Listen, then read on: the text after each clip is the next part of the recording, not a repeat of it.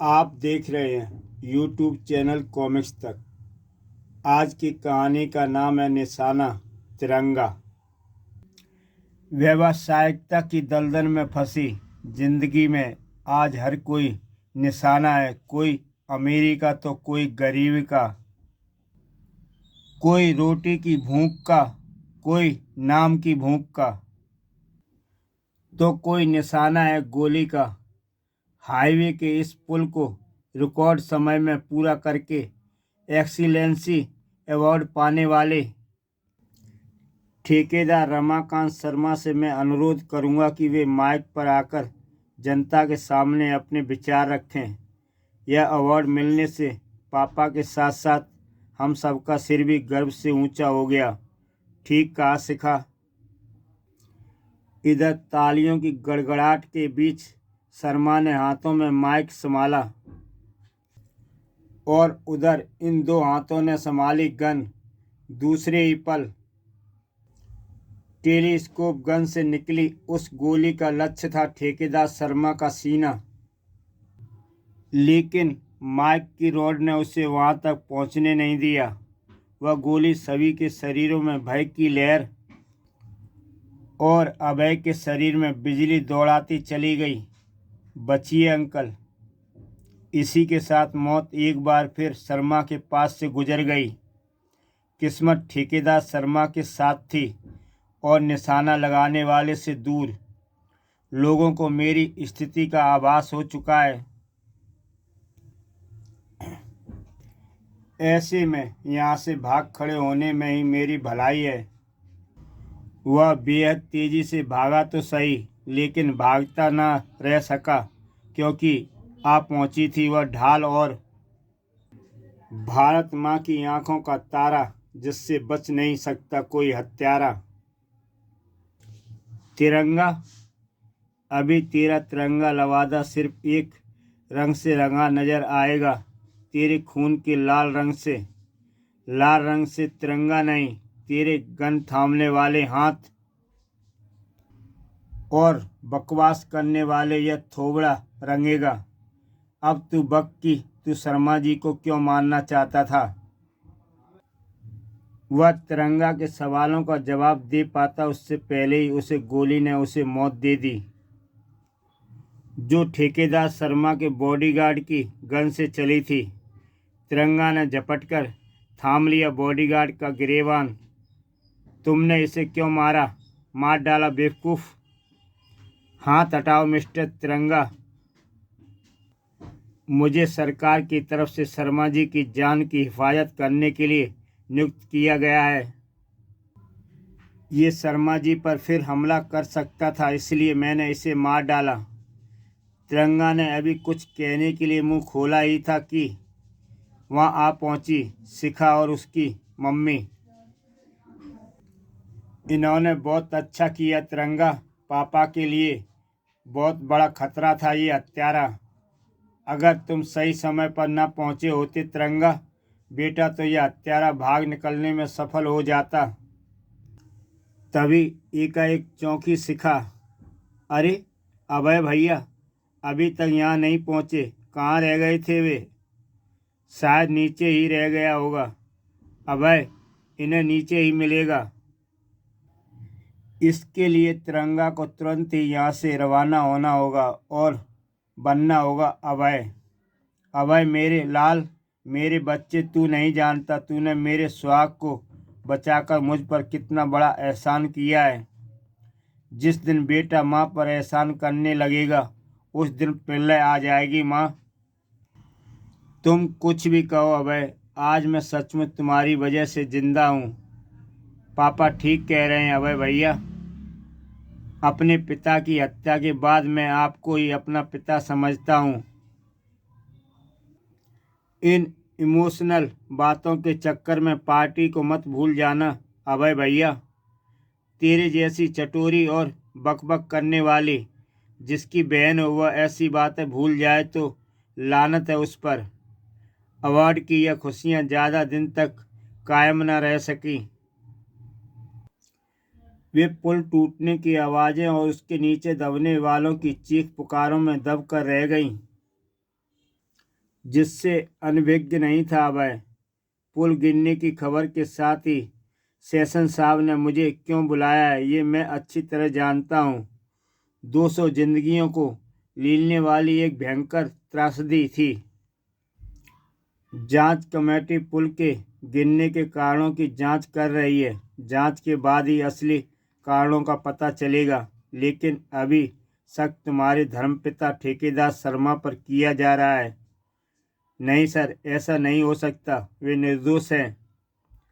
तुम उन्हें अपने धर्मपिता की जगह गिरने वाले पुल के निर्माता के रूप में रखकर सोचोगे तो तुम भी इसी नतीजे पर पहुंचोगे।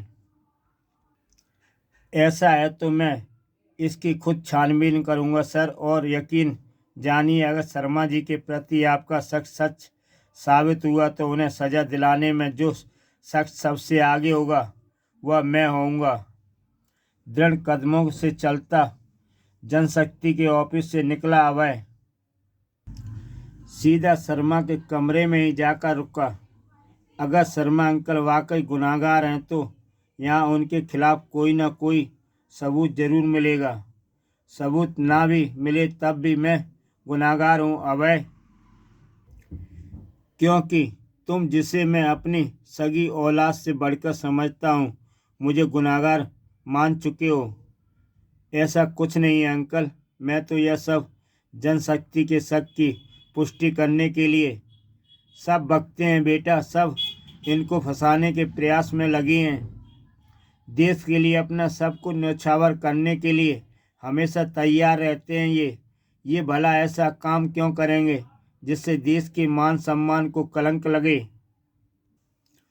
जांच कमेटी की रिपोर्ट आने दें, फिर देखना इनके खिलाफ बोलने वालों के मुंह कैसे बंद होते हैं। मैं भगवान से प्रार्थना करूंगा ऐसा ही हो। मानो भगवान ने सुन ली अभय की प्रार्थना, क्योंकि अगले दिन, लेकिन तिरंगा के लिए नहीं। हाँ आंटी, अब मैं चैन से बैठ सकूंगा। अभय के लिए यह चैन से बैठने का विषय था। देखा और देखा बेटा अभय, मैं ना कहती थी तेरे अंकल निर्दोष हैं।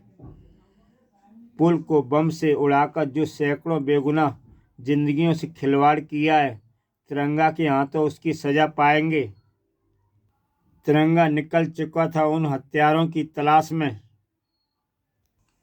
अल कमान ग्रुप के आतंकवादी इस अपार्टमेंट की 10वीं मंजिल के ऊपर रहता है। अपना वह शिकार जिसे हमने 7वें आसमान के ऊपर पहुंचाना है, जो अगले ही पल उन्हें लेकर 10वीं मंजिल की तरफ बढ़ने लगी।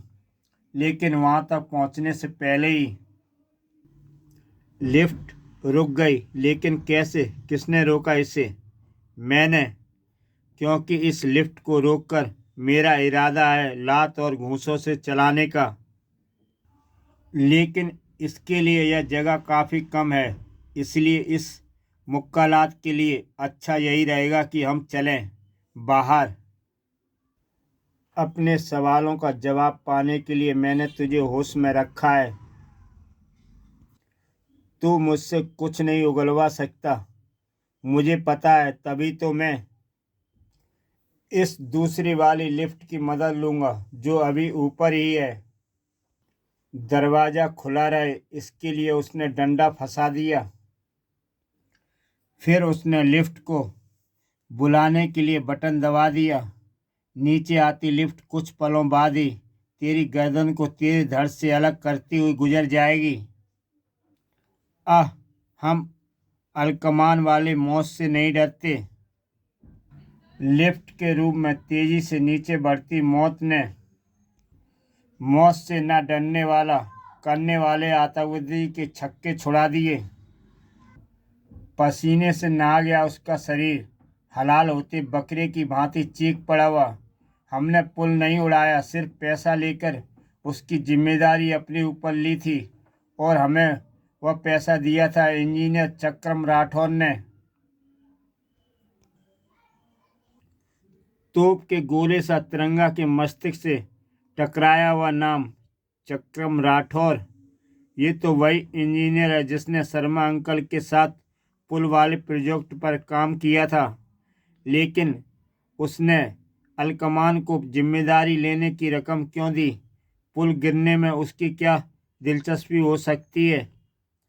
मामला मकड़ी के जाले की तरह उलझ गया है, लेकिन मुझे इसकी तह तक पहुंचना है और इसके लिए मुझे पहुंचना होगा इंजीनियर चक्रम राठौर के पास।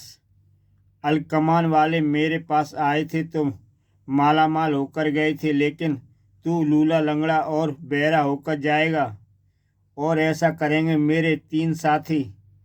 मिस्टर राठौर, मैं तुमसे जो सवाल करने आया हूँ उसका जवाब तुम तभी दे सकते हो जब तुम्हारी यह गलतफहमी दूर हो जाए कि तुम्हारे ये गुर्गे मुझे लंगड़ा, लूला और बहरा बना सकते हैं या नहीं। तुम्हारे साथी मुझे जो देना चाहते थे मैंने उसे सूद समेत उन्हें वापस लौटा दिया। अब तुम्हें मेरे सवाल का जवाब देने में कोई ऐतराज नहीं होना चाहिए। मुझे मुझे हाथ ना लगाना, मैं तुम्हें सब कुछ बता देता हूँ। शर्मा जी के प्रतिद्वंदी ठेकेदार अन्ना स्वामी ने मुझे यह सब करने के लिए कहा था। पुल को ध्वस्त करवा कर शर्मा जी की बढ़ती प्रसिद्धि को मिट्टी में मिलाना चाहता था वह। ठेकेदार अन्ना स्वामी जेल की कठोर कोठरी के अंधेरे में मिलकर रह जाएगी उसकी बाकी की जिंदगी। उस पर मौत का साया मंडरा रहा था। जल्दी जल्दी हाथ चलाओ, अगले 4 दिनों में यह काम पूरा हुआ चाहता हूँ। 4 दिन की बात करने वाले अन्ना स्वामी तिरंगा नहीं जानता था कि जिस जिंदगी को तिरंगा जेल की सलाखों के पीछे पहुंचाना चाहता था को क्या मालूम था कि अब उस 4 दिन में भी नहीं जीना था। भौचक्का ही रह गया था तिरंगा यह सब देखकर। उफ। मेरे पहुंचने से पहले ही दुर्घटना ने अन्ना स्वामी को यमराज के पास पहुंचा दिया और चरितार्थ कर दी यह कहावत कि दूसरों के लिए खाई खोदने वाला एक दिन खुद उसी में गिरता है। अन्ना स्वामी इस मामले की आखिरी कड़ी था। वह खत्म तो यह मामला खत्म। तिरंगा के रूप में अभय जो सोच रहा था वैसा नहीं था और यह उसे जल्द ही पता चल गया। जनशक्ति का यह जासूस 2 दिन से मेरे पीछे साए की तरह लगा हुआ है। यही बात साबित करती है कि अपने काम में पूरी तरह मुस्तैद है जनशक्ति। लेकिन उन्होंने इसे मेरे पीछे लगा क्यों रखा है? क्या कारण है इसका? मैं शर्मा अंकल के साथ रहता हूँ, उन्हीं की वजह से मेरी जासूसी की जा रही है। पर ऐसा क्यों? उन पर तो इल्ज़ाम लगा था, वह तो अन्ना स्वामी की मौत के साथ ही खत्म हो गया। जनशक्ति की इमारत के आकाश पर सुरक्षा चक्र क्यों चमका? मुझे वहां पहुंचने के लिए तिरंगा बनना होगा। लेकिन पहले उस जासूस से अपना पीछा छुड़ाना बेहद ज़रूरी है जिनके लिए रास्ते पर खड़ा यह केले का छिलका काफ़ी काम आएगा। अभय ने बड़ी सफाई से केले के छिलकों को पीछे की तरफ सरका दिया, जिसने दूसरी ही पल अपना काम दिखाया। धड़ाम से गिरा था उससे फिसलकर वह जासूस। अब जब यह संभलेगा ग्रीन लाइट पर आगे बढ़ती यह बस मुझे इससे छुटकारा दिला देगी। इतनी तेजी और अप्रत्यक्ष ढंग से अभय ने वह सब किया कि जनशक्ति का जासूस देखते रहने के सिवा कुछ न कर सका बेचारा। फिर अभय ने तिरंगा बनकर सेशन के सामने पहुंचने में ज़्यादा देर नहीं लगाई। कहिए सेशन साहब, क्या बात है? पुल की जांच कमेटी का एक सदस्य तुमसे मिलना चाहता है। वह किसी विस्फोटक रहस्य के बारे में जानता है जिसे वह तुम्हारे सिवा किसी को भी नहीं बताना चाहता। कहाँ और कब मिलेगा वह मुझे? ठीक 1 घंटे बाद पुराने किले के दक्षिणी छोर पर। मैं यहाँ हूँ तिरंगा, इधर ही चले आओ। आवाज़ के पीछे चला तिरंगा। आवाज़ पर ही रुका। बस तिरंगा रुक जाओ। ये क्या, यहाँ तो इन दो एम्पलीफायर स्पीकरों के सिवा कोई दिखाई नहीं पड़ रहा।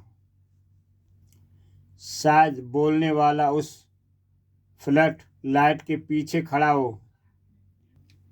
हैरान न हो तिरंगा, मैं किसी के भी सामने नहीं आना चाहता, क्योंकि इससे मेरी नौकरी के साथ साथ मेरी जान पर भी बंद आएगी। क्योंकि मैं तुम्हें बताना चाहता हूँ कि पुल की जो रिपोर्ट हमारी कमेटी ने पेश की थी वह झूठी थी। असल में हमें वहाँ कोई बम नहीं मिला। एक दौलतमंद के हाथों बिककर हमने वह रिपोर्ट बनाई थी जिसका नाम है zonal engineer Salman Khan. Zonal engineer Salman Khan को उसके गुनाह की सज़ा ज़रूर मिलेगी, लेकिन तुमने और जांच कमेटी के अन्य सदस्यों ने जो किया है वह काबिले माफ़ी नहीं है। इसलिए सज़ा के हकदार तुम भी हो। अरे यहाँ तो कोई भी नहीं। तिरंगा की ढाल ने फ्लड लाइट तोड़ दी थी। केवल यह एक टेप रिकॉर्डर है, कोई बात नहीं, देर सवेरे मैं उसे और उसके साथियों को पकड़ ही लूँगा। फिर तिरंगा वहाँ ना रुका। जोनल इंजीनियर सलमान खान के घर पहुंचकर तिरंगा के हाथ निराशा ही लगी। कोठी बंद है और चारों तरफ सन्नाटा भी छाया हुआ है। इसका मतलब सलमान खान घर पर नहीं है। मुझे उसकी खोज में कहीं और भटकना होगा। 1 मिनट। कोठी के अंदर से कबाब सिकने की गंध आ रही है। कोई अंदर है और वो है सलमान खान।